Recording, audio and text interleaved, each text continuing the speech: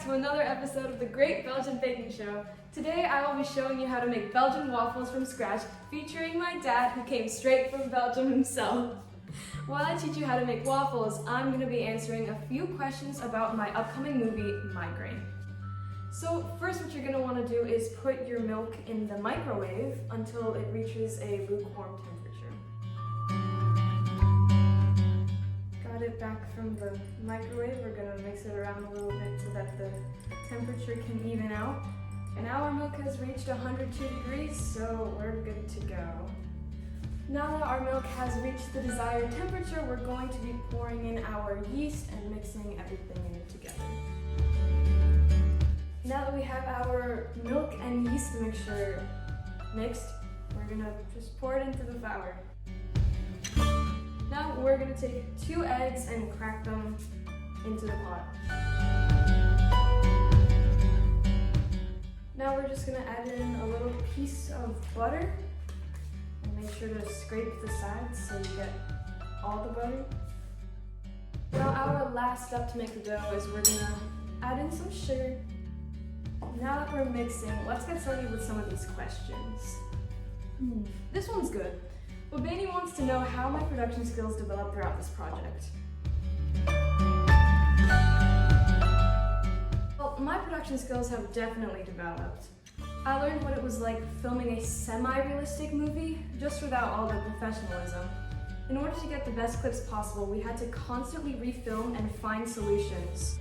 For example, it was challenging for us to do a bird's eye view of me sitting down, so we had to borrow a step stool and have our tallest group member, Lily, lean over a bookshelf and film it. Even though I have previous experience with acting, I learned how to get into character and try to make my facial expressions remain emotionless, while I allowed my eyes to tell the story. We also learned how to work around people. Since we were filming in public, we knew that filming was going to be rather challenging since we cannot control our environment. But we learned how to avoid people and film different things with what locations were available in the moment. Something really important that we all learned was to not procrastinate. We started filming our project in early February, which was great, but we didn't edit until the due date was edging closer and closer. Everything worked out in the end, and we got our final task finished. This project showed us that we have to stay on top of everything and not think we have more time than we really do. Piecing together our final task also taught me a lot more about editing. I learned how to insert text over videos and how to make the words change in size, font, and where they're located on the screen. I also learned how to piece clips together smoothly so that everything lines up perfectly and the video can run. So now that our batter is all mixed up, we're gonna have to add another bowl of flour and a big bowl of butter. Now don't mix it, leave it sitting for 15 to 30 minutes. We'll see you later. Bye. And we're back. Now we have to mix everything by hand, which is going to be a grueling process. Alright, let's move on to our next question. Punished Her asked how I integrated technologies, which include softwares, hardwares, and online in this project. To film our final task, we used Sammy's phone, like we did in the music video, since she has the phone with the highest quality camera. We filmed everything horizontally and in cinematic mode so it would all be high definition and even. We believe that filming our final task on the phone would be better than filming it with a camera. For starters, none of us own a camera with a lot of storage for videography, and getting one would be really expensive. We also believe that with a phone, it would be much easier to film everything since it is smaller and easier to maintain. We know how to download videos from a phone onto a computer, so filming with a phone was our best option. To edit our music video, we used iMovie.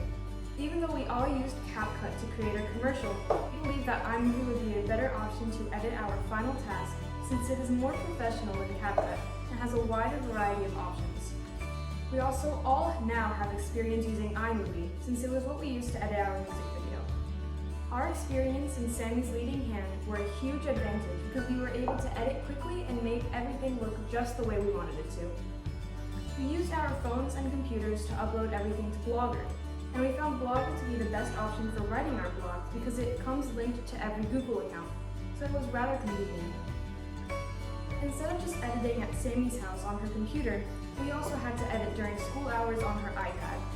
We basically took all of the past skills we developed through our commercials and music videos and integrated them into our final task. Now we have to knead the dough on the table. So I'm going to take some flour and just sift it all on the table. I'm gonna try to get this out of the bowl. We'll see how that works. Now I'm gonna flatten the dough to make like a little square shape and make it Big pizza. like a pizza. Big pizza. A thick pizza.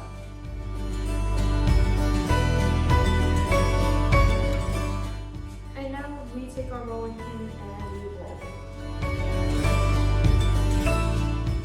And now we're going to spread our sugar pearls, also imported from Belgium, made especially for sugar waffles, all over our dough to give it a nice and sugary texture.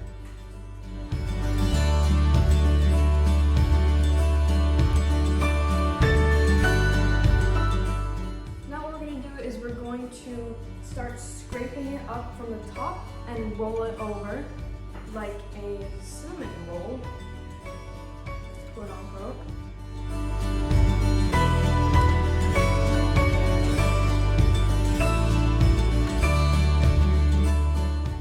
As you can see, we already went ahead and got a head start with cutting the dough in small 100-gram pieces and then rolling them up into little balls and placing them on the pan, which is what I'm going to continue doing.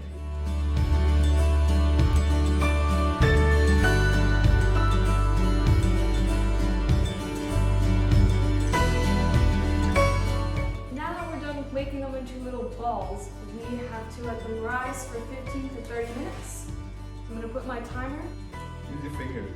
I'm not using my fingers, they're dirty. Look, my hands, they're dirty.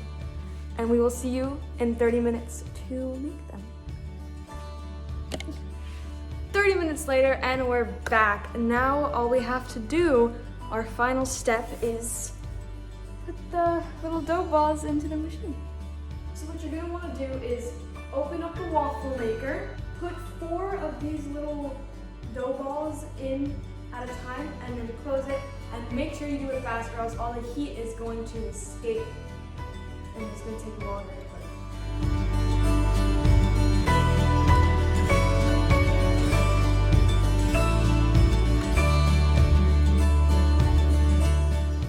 Now put a timer for 4 minutes.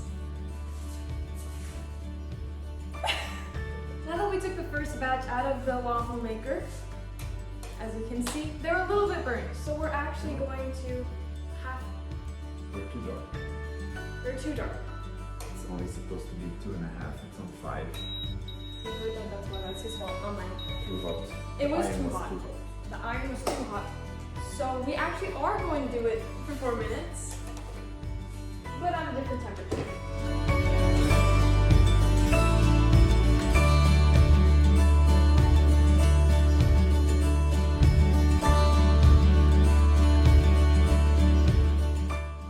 Alright, this is our last batch.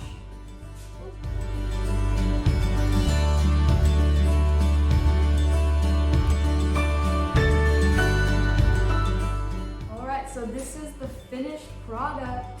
Thank you so much for watching the Great Belgian Baking Show. We hope you enjoyed the video on how to make homemade Belgian waffles. Special thanks to Bobani and Punisher for excellent questions. See you in the next video. Bye!